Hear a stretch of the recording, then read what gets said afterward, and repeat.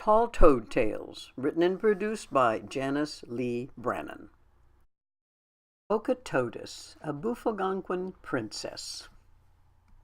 Once there stood an ancient oak tree, branches stretching toward the sun, lightly wore its scars of many years, an honored ancient one. This enormous old survivor, branches creaking stiff with age, stored deep inside its rings of growth the wisdom of a sage. Early history had unfolded as the oak's young roots grew strong, and down deep inside the fertile soil it felt and heard Earth's song. Its first year, when just a seedling newly sprung from acorn seed, there appeared an Indian princess, pure of heart and kind of deed. On the shores of the big water near the blue and shining sea lived this maiden, Pocatoadus. Great would be her destiny. As she walked among the slender trees, they seemed to bow and bend.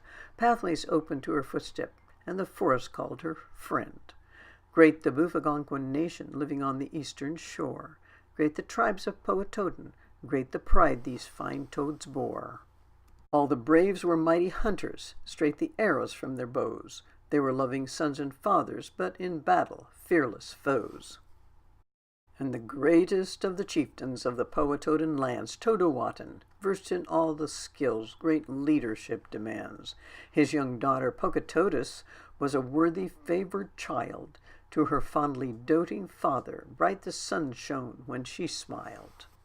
The young oak tree saw her daily as she walked beneath its shade, saw the lively laughing child become a lovely Indian maid. Every year another ring recorded what had come to pass in the realm of Pocatoadan to this Pocatoadan lass.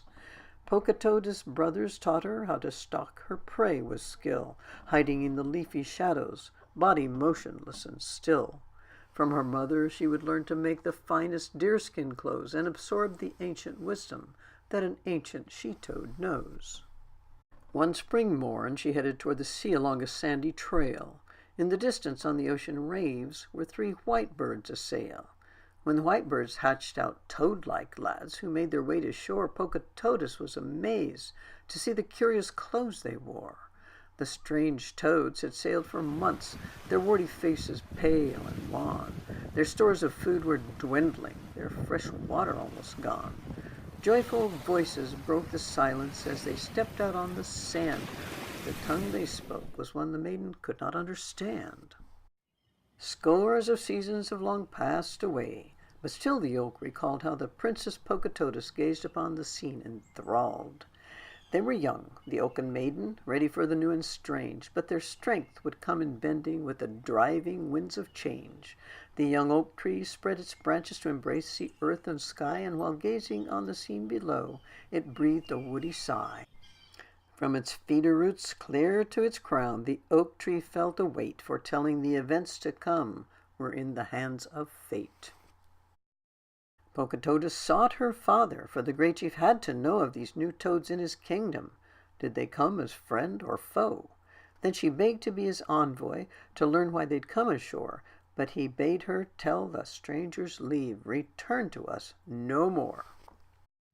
Now the gap of years between these two was bound to cause them pain, and even at its tender age, the oak had felt the strain. It was clear the great chief wished to send the strangers back to sea, but his daughter gently asked him not to show hostility. Though the heart of this great leader might foresee bad times ahead, he controlled his fears and listened to the words that she had said. Pocatoadan understood his daughter felt compelled to go. He respected her young spirit and her great desire to know.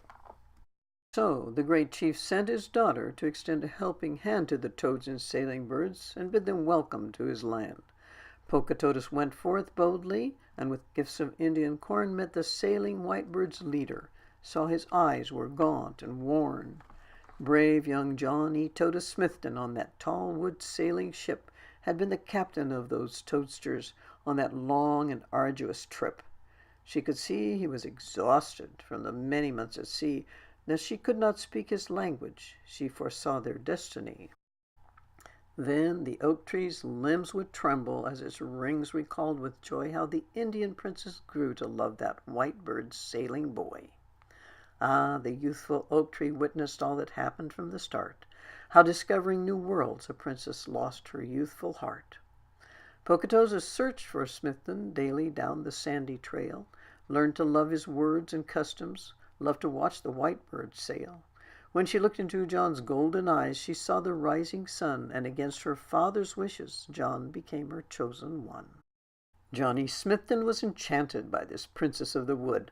All the strange toads came to love her, and she helped them when she could. Through the winter she brought food to keep starvation from their door, and in their sickness she would tell them what each healing herb was for. Then it seemed that time stood still. An icy wind sighed songs of death. A pale shroud of white engulfed the land. The tall oak held its breath. Cruel suffering was everywhere. Would winter never yield? And at last sweet spring announced herself with flowers in the field. Now explorers searched for treasures, and it came to Smithton's ear that the great chief had a treasure trove, and John knew no fear. When John undertook to find it, his rash searchings came to naught, and before he saw the gleam of gold, the would-be thief was caught. Yea, the punishment for such a deed would have to be the max. Pocatoadan's law was crystal clear. John's death would be by axe. Broken-hearted, Pocatoadus begged the chief to spare his life. "Oh, please, beloved father, for I wish to be John's wife." Then the oak tree wept the falling rains that come in early spring, and its heart ached when its rings of growth began remembering how John Smithton had to sail away in service of his king, how he promised he would come back soon to bring a wedding ring. After months of watchful waiting, still John had not returned. When the silent months turned into years, still Pocatoadus yearned. Every ship that brought forth new supplies would find her waiting there. Great the faithfulness and courage of this maid with coal-black hair. Then one day a noble he-toad gazed into her gentle eyes. He not only saw her steadfast mind, he saw that she was wise. When he heard she was of royal blood, Chief Pocatoadan's pride, he brought gifts of gold and asked the chief if she could be his bride. Then the oak tree's leaves would flutter as it smiled in memory of the air itself, so hushed and full of sweet tranquility, and it seemed that summer once again had settled on the land. On those golden days and balmy nights, the wedding day was planned. John Toad Ralston and his Indian bride were married in the fall.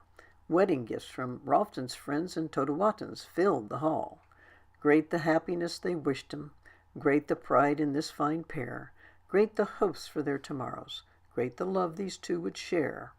With John Ralston, Pocatoadus thought her dreams had all come true, for they shared the best of both their worlds and lived between the two. But a great addition to their life arrived one early morn when a wiggly-wriggly wondrous baby tadpole boy was born. The young oak tree kept on growing, as did Pocatoadus' son. In the sight of that tall oak tree, Tad would often skip and run. The old oak tree reminisced some more, limbs creaking in the wind, and while thinking on Tad's childhood days, I'm sure the old oak grinned. The new colonies were prospering, but they did not forget. For their earliest survival, they were in the princess' debt. When the news of all her kindly deeds was heard across the sea, Pocatoadus was invited to come meet His Majesty. Pocatoadus, Tad, and Ralston set sail for that distant land and arrived to merry music of a fine toad marching band. It would always be remembered what great joy that scene would bring when a New World Indian princess came to meet an Old World king.